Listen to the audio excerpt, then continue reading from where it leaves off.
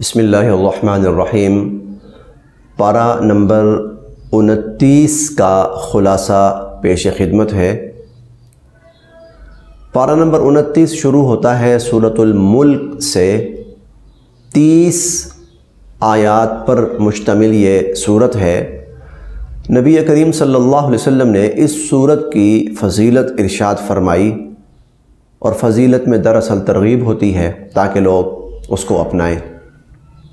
آپ نے فرمایا جو شخص روزانہ رات کو اور عشاء کے بعد سوتے وقت سونے سے پہلے سورۃ الملک کی تلاوت کرے، سورۃ الملک کی تلاوت کرے تو اس کی برکت سے اللہ رب العزت اس کو قبر کے عذاب سے محفوظ رکھیں گے، یعنی یہ عذاب قبر سے نجات دلانے والی صورت ہے۔ ضمناً ایک بات عرض کرتا چلوں کہ جب کسی کا انتقال ہوتا ہے اور ہم اس کی نماز جنازہ میں شرکت کرتے ہیں، نماز جنازہ کے بعد تدفین کا مرحلہ آتا ہے، تو وہ جو تدفین کا مرحلہ ہوتا ہے اس میں جو لوگ ہیں وہ فارغ کھڑے ہوتے ہیں، ایسے میں گپ شپ شروع ہو جاتی ہے، بات چیت شروع ہو جاتی ہے۔ سب سے بہتر یہ ہے کہ اس وقت سورۃ الملک کی تلاوت کی جائے اس نیت کے ساتھ کہ یا اللہ ہم اس لیے پڑھ رہے ہیں، اس کا ثواب اس مرنے والے کو ایصال کرنا ہے، تاکہ ابھی جو ہی قبر کا مرحلہ شروع ہونے والا ہے، سوال جواب کا مرحلہ شروع ہونے والا ہے، تو اللہ پاک اس کو قبر کے عذاب سے نجات دیں اور عذاب قبر سے محفوظ رکھیں۔ سورۃ الملک اس کی جو ابتدا ہے، ابتدا میں اللہ رب العزت نے زندگی اور موت کا تذکرہ کیا، اور ہم جو انسان ہیں تو ہماری ساری زندگی جو ہے وہ جینے سے لے کر مرنے تک کے پیریڈ میں ہے۔ اللہ تعالیٰ نے اس پورے پیریڈ کو بیان کیا اور فرمایا کہ تبارک الذی بیدہ الملک وہو علی کل شیء قدیر الذی خلق الموت والحیات لیبلوکم ایکم احسن عملا۔ اللہ تعالیٰ نے زندگی پیدا فرمائی، موت پیدا فرمائی، ویسے پہلے موت کا تذکرہ ہے، موت پیدا فرمائی، زندگی پیدا فرمائی، یعنی تم جیتے ہو پھر اس کے بعد اپنی عمر گزار کے چلے جاتے ہو، تو یہ اللہ نے تمہیں کیوں پیدا کیا؟ لیبلوکم ایکم احسن عملا، اللہ تعالیٰ تمہیں آزمانا چاہتے ہیں تم میں سے کون ہے جو اچھے اعمال کرتا ہے۔ گویا زندگی کا بڑا مقصد یہ ہونا چاہیے ایسے اعمال صالحہ جو اللہ رب العزت کی رضا کا باعث بنے اور کل قیامت کے دن ہماری مغفرت اور بخشش کا سبب بنے۔ اسی طرح اس 29ویں پارے میں اللہ رب العزت نے نبی کریم صلی اللہ علیہ وسلم کو حکم فرمایا، تاکید فرمائی، اور وہ حکم اور تاکید یہ فرمائی کہ کچھ لوگ ایسے ہیں جن کی یہ حرکات ہوں، ان سے آپ بات چیت، مشورہ، رائے، ان کا کہنا ماننا یہ نہ کیجیے، آپ ان سے مشورہ نہ کیجیے، ان کی بات نہ مانیے، ان کی اطاعت نہ کیجیے، ان کا کہنا نہ مانیے۔ اب وہ کون سی ایسی صفات ہیں کہ حضور علیہ السلام کو منع فرما دیا گیا، جس بندے میں یہ چیزیں ہیں نا، آپ اس کی بات آپ نے نہیں ماننی۔ چنانچہ اللہ تعالیٰ فرماتے ہیں فَلَا تُطِعْ كُلَّ حَلَّافٍ مَّهِينٍ، قسم کھانے والا، بات بات میں قسم کھانے والا، حماز اور منہ پہ لوگوں کو تانے مارنے والا، مشائم بنمیم، چغلیاں کھانے والا، وہ چغلیاں کھاتا پھرتا ہے، مناع للخیر، نیکی اور بھلائی کے کام سے روکتا ہے، معتدن، اللہ کی کسی حد کی پرواہ نہیں کرتا اور اللہ کی ہر حد عبور کرتا ہے، کراس کرتا ہے، اور اثیم، اور بس اس کی زندگی گناہوں کے اندر بسر ہو رہی ہے اور گناہوں کے اندر وہ جی رہا ہے۔ اور اس کے بعد ایک جملہ اور بھی ارشاد فرمایا کہ اس کے بعد وَطُلٍ بَعْدَ ذَلِكَ الزَّنِيمِ، اور اس شخص کا نسب وہ بھی بڑا مشکوک ہے۔ گو یہ آیات نازل ہوئی تھی ایک مخصوص شخص کے بارے میں، لیکن دیکھا جائے تو یہ حکم سب کے لیے عام ہے۔ جس کا یہ کردار ہونا، اس سے گریز ہی کیا جائے، اس کا کوئی کہنا نہ ماننا زیادہ بہتر ہے۔ اس سے مشورہ کرنے میں نقصان ہی ہوگا، خسارہ ہی ہوگا۔ تو ایک مضمون اللہ رب العزت نے یہ بیان فرمایا۔ ہمارے ارد گرد ایسے بہت سے کردار ہمیں نظر آتے ہیں، ان سے گریز کرنا چاہیے، ان سے احتیاط کرنی چاہیے۔ 29ویں پارے کے مضامین میں سے ایک مضمون اللہ رب العزت نے اصحاب الجنہ کا تذکرہ کیا ہے، باغ والے۔ اصحاب الجنہ، باغ والے، یہ کون تھے؟ ایک شخص کا باغ تھا، اللہ رب العزت اس باغ سے اس کو بڑی آمدنی عطا فرماتے تھے، بہت اس کو پیداوار اور پھل نصیب ہوتا تھا، لیکن وہ اللہ کا نیک بندہ تھا، اور وہ کرتا یہ تھا کہ جب پیداوار آتی تھی، کٹائی ہوتی تھی، تو وہ اس میں سے اللہ کے نام پر بہت سا حصہ نکالتا تھا، اللہ کی رضا کے لیے، غرباء میں تقسیم کرنا، مساکین میں، محتاجوں میں تقسیم کرنا۔ باپ کا انتقال ہوا، اب وہ سارا کاروبار، وہ باغ، وہ ساری آمدنی، وہ پیداوار بیٹوں کے ہاتھ میں آئی۔ جو بیٹے تھے وہ مختلف ذہنیت کے حامل تھے۔ ان کا خیال یہ تھا کہ محنت ہم کریں پورا سال، یا محنت پورا سال ہمارا باپ کرتا تھا، اب جب پھل کا وقت آیا تو یہ بھی آ گیا، وہ بھی آ گیا، وہ بھی آ گیا، وہ بھی آ گیا، یہ کیا طریقہ ہے، ہم ان کو کیوں دیں؟ لہٰذا انہوں نے آپس میں مشورہ کیا، ہم صبح صبح پہنچیں گے اپنے باغ پر، اور وہاں جا کر باغ کا پھل توڑیں گے، اور جتنی دیر کے اندر کوئی مانگنے آئے گا، کوئی محتاج، کوئی مسکین، ہم سارا پھل سمیٹ کر گھر لا چکے ہوں گے۔ اللہ يدخلنها اليوم علیکم مسکین، کل کسی مسکین کو نہیں ہم نے آنے دینا۔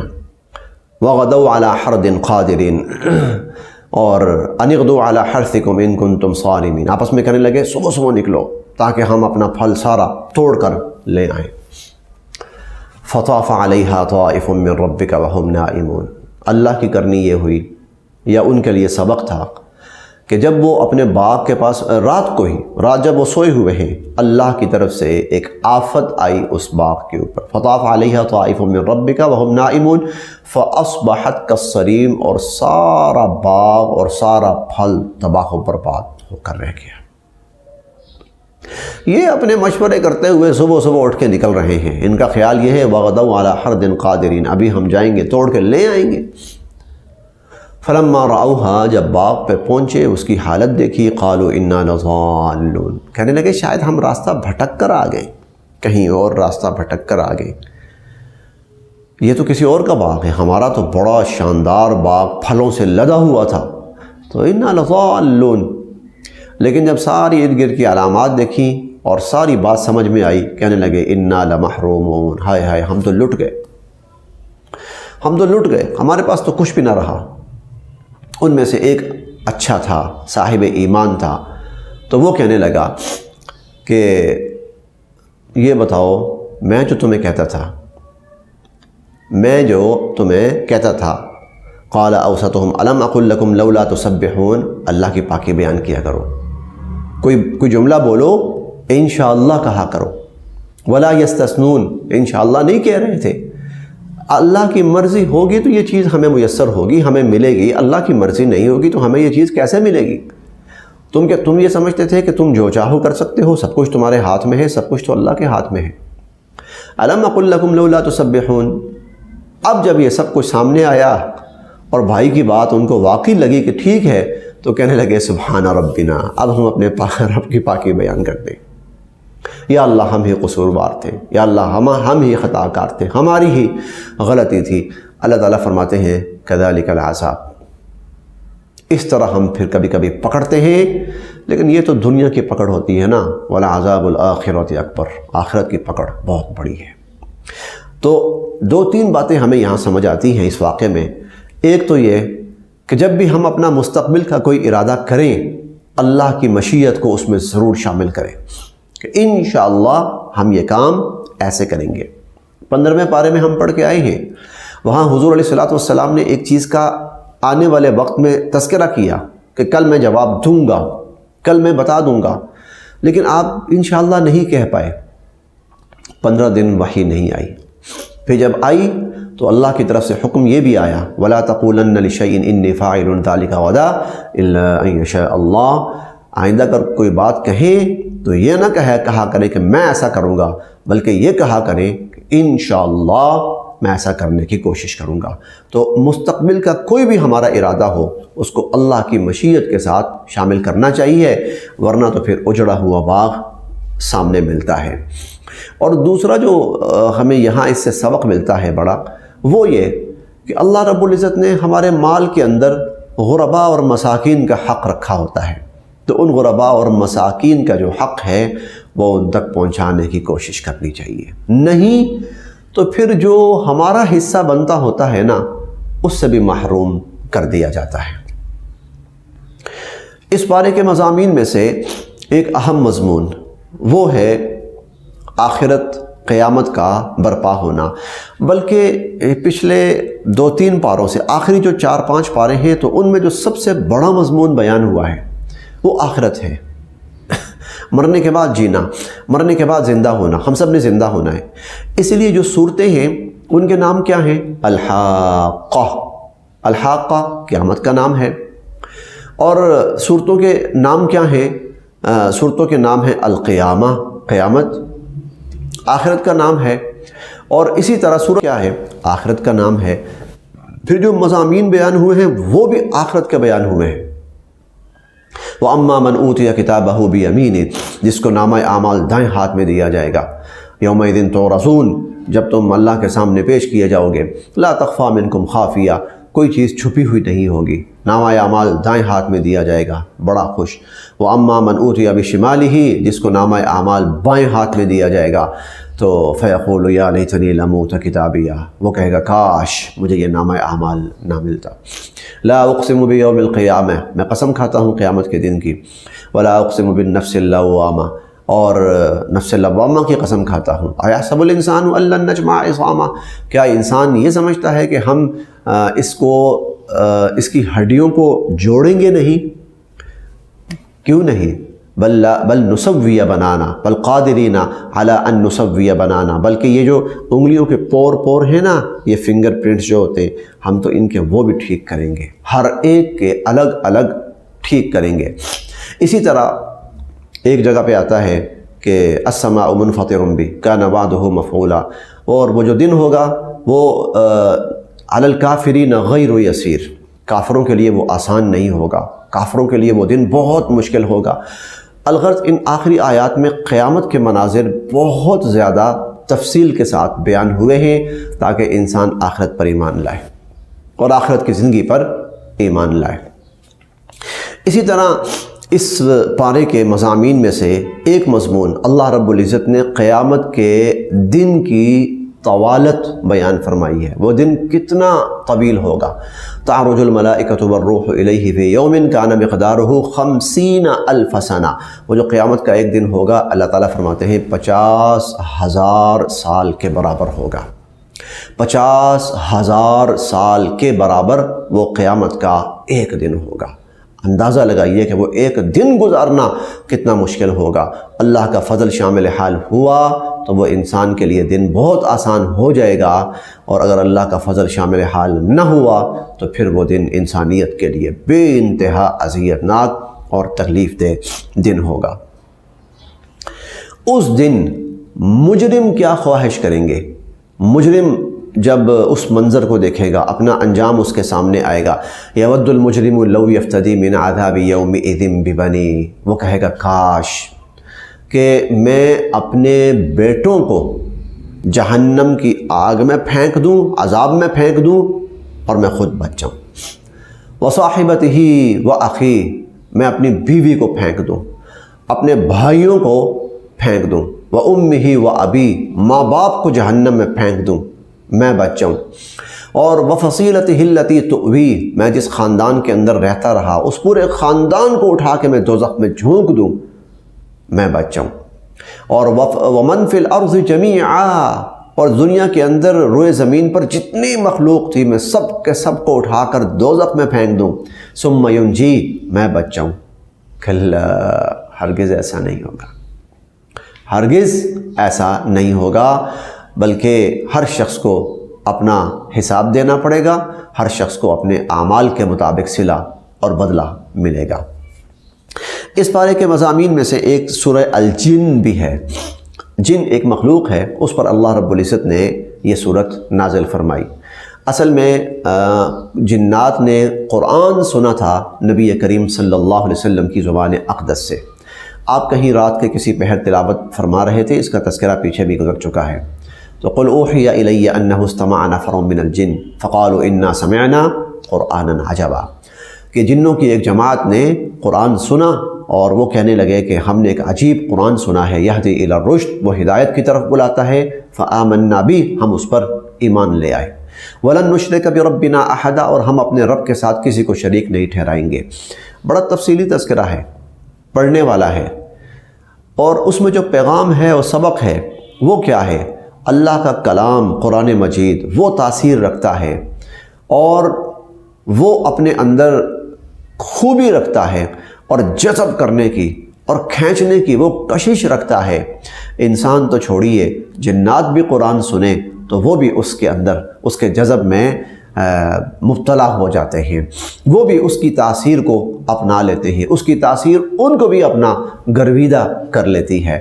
تو قرآن کریم نے ایک منظر اور ایک مضمون 29ویں پارے میں یہ بھی بیان کیا کہ اللہ کی وہ مخلوق، اس نے قرآن سنا، قرآن سن کر قرآن پر ایمان لے آئے، نہ صرف ایمان لے آئے بلکہ وَلَّوْا إِلَىٰ قَوْمِهِمْ مُنذِرِينَ، جب وہ واپس پلٹے اپنے لوگوں کے پاس یعنی اپنے جنات کے پاس، تو ان کو بھی اللہ کی طرف دعوت دینے لگے کہ ہم تو ایمان لے آئے ہیں تو تم بھی ایمان لاؤ۔